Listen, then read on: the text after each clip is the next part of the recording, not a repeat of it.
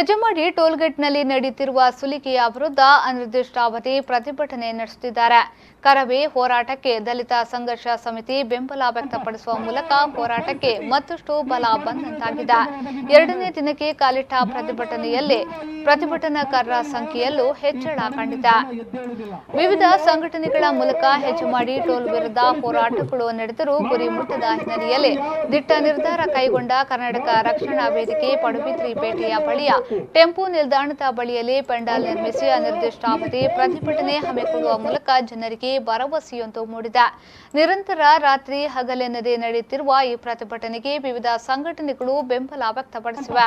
ಆದರೆ ವಿಪರ್ಯಾಸವೆಂದರೆ ಸಂಘಟನೆಗಳಿಗಿರುವ ಜನಪರ ಕಾಳಜಿ ಜನರಿಂದ ಮತ ಪಡೆದು ಅಧಿಕಾರ ಅನುಭವಿಸುತ್ತಿರುವ ಜನಪ್ರತಿನಿಧಿಗಳಿಗೆ ಇಲ್ಲದಿರುವುದು.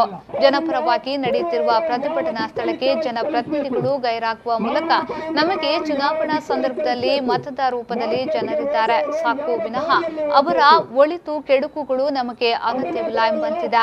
ಜನಪ್ರತಿನಿಧಿಗಳ ವರ್ತನೆ ಎಂಬುದು ಪ್ರತಿಭಟನಾಕಾರರ ಆಕ್ರೋಶದ ನುಡಿ. ಡಿವೈಡರ್ 3 ಫೀಟಲ್ಲಿ ಇವರು ಮುಗಿಸಿದ್ದಾರೆ. ಇದರ ಬಗ್ಗೆ ಯಾವನೇ ಒಬ್ಬ ಪಡುಬಿದ್ರಿಯ ನಾಗರಿಕರು ಧ್ವನಿ ಎತ್ತಿದಿಲ್ಲ. ಪಡುಬಿದ್ರಿ ನಾಗರಿಕರಿಗೆ ನಾಚಿಕೆ ಆಗಬೇಕು. ಪಡುಬಿದ್ರಿ ಜನತೆಗೆ ಫುಟ್ಪಾತ್ ಬೇಕು. ನಮಗೆ ಸರ್ವಿಸ್ ರಸ್ತೆ ಜೊತೆಯಲ್ಲಿ ಫುಟ್ಪಾತ್ ಬೇಕು. ಫುಟ್ಪಾತ್ ವ್ಯವಸ್ಥೆ ಇಲ್ಲ.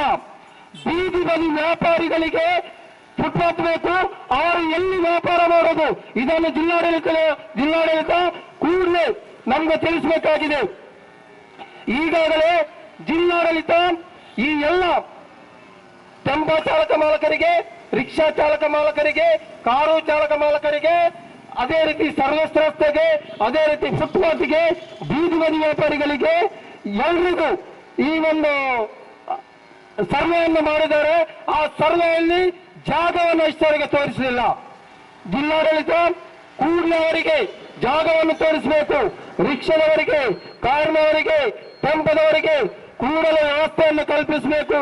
ಇಲ್ಲದಿದ್ದಲ್ಲಿ ಮುಂದಿನ ದಿನದಲ್ಲಿ ಈ ಹೋರಾಟ ಉಗ್ರ ರೂಪಕ್ಕೆ ತಾಳುವಂತ ಒಂದು ಪ್ರಮೇಯ ದೂರ ಇಲ್ಲ.